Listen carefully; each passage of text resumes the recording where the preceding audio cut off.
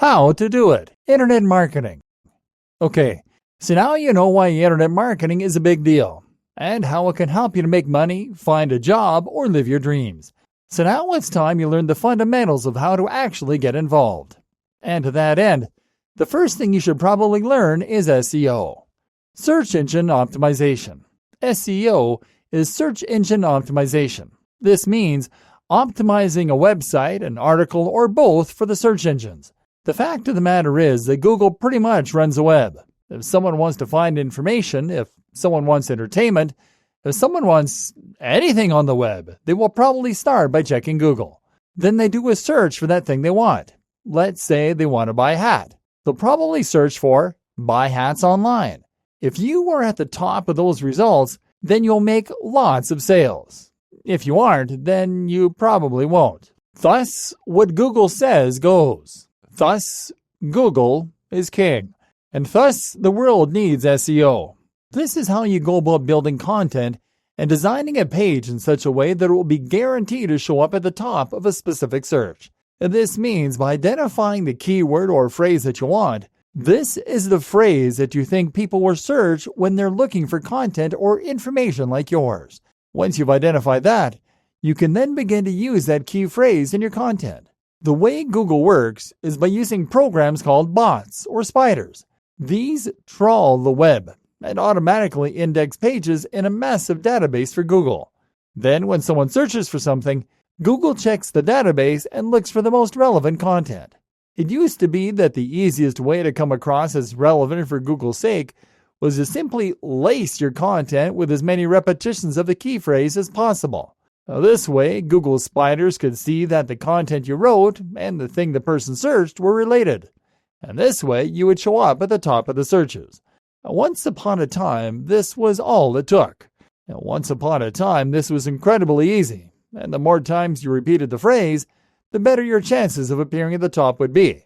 The only problem was that this made the web incredibly easy to manipulate, and it led to people abusing the system and putting out low-quality content. This led to websites writing things like, "Welcome to the Best Buy Hats online shop, where you can buy hats online. Buy hats online for your mom. Buy hats online for your dad." Google stamped out this kind of behavior by using algorithm updates that would penalize abuses of the system and that would favor good quality content. Now, Google recommends that you only include keywords using a 1 to 2% density. That means that for every 100 words, only one of them should be a keyword. Likewise, Google also wants to see you using LSI, latent semantic indexing. That means that you should write posting content with synonyms, related language, and natural language around the subject. Google also likes to see longer content, 800 to 1800 words. It likes to see new and relevant content, and it likes to see websites that are being updated and well-maintained.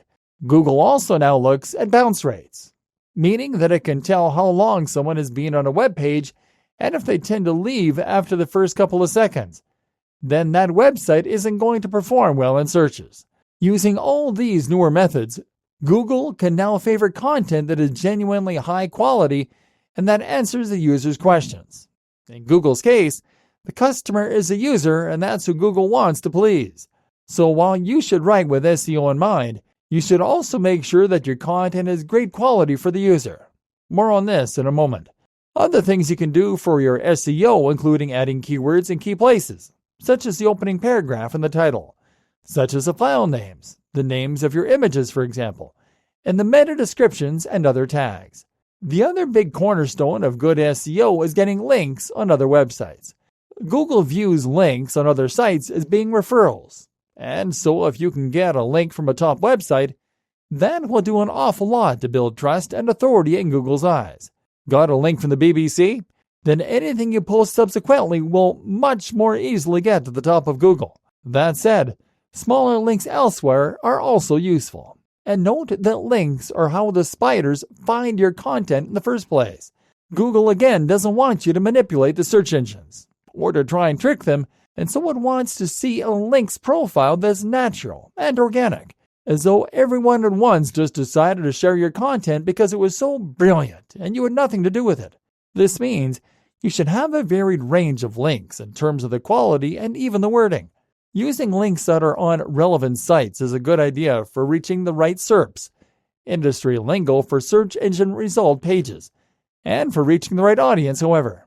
Avoid trying to pay for links because this can get your site badly penalized or even de-indexed by Google. All of this is going to help your site to get seen. And if you post regularly and keep looking for popular topics, then you should gradually begin to grow an audience. In theory, more marketing strategies, SMO, and more. While this is a decent strategy, though, it is also very slow and certainly not guaranteed. It is not therefore recommended that most businesses and brands rely solely on searches for their traffic. Instead, it is also a good idea to be more proactive in your promotional activities by getting out there and reaching out to your audience. For instance, you can do this with PPC. This is pay-per-click advertising, which is a form of paid marketing where you only get charged when someone clicks on the ad. We won't be going into great depth on that here, but suffice to say that this is worth looking into and a skill that you should add to your bow. More fundamental is SMO, or social media optimization. In other words, you need to get out there onto Facebook, Twitter, and Instagram, along with the others like Google+ and Pinterest, and you need to start marketing yourself. That means you need to post regular content and build a following. Invite people to follow you and ask them to share and like your posts so that their networks see them too. You can also seek out forums, social media communities, subreddits, and more places where people might appreciate your content and where your target audience is likely to be spending its time. There are many more tricks you can use to get the word out about a brand or website too. One of the most powerful and effective is something called influencer marketing. This means that you look for someone on the web who is an influencer, someone who has a large following already, and who can help you reach that large audience. You then message them and find some kind of trade that you can do. For example, you can let them post something to your audience in exchange for posting to their audience. That way, you will both gain some of each other's subscribers. There's much more to internet marketing. Building a mailing list of your top fans is a very good idea, for instance, as is guest posting and writing blog posts for other sites. At the end of the day, it comes down to strategy. You want to gain the attention of real followers, and at the same time, you want to encourage Google to pick up your content and add it to its index.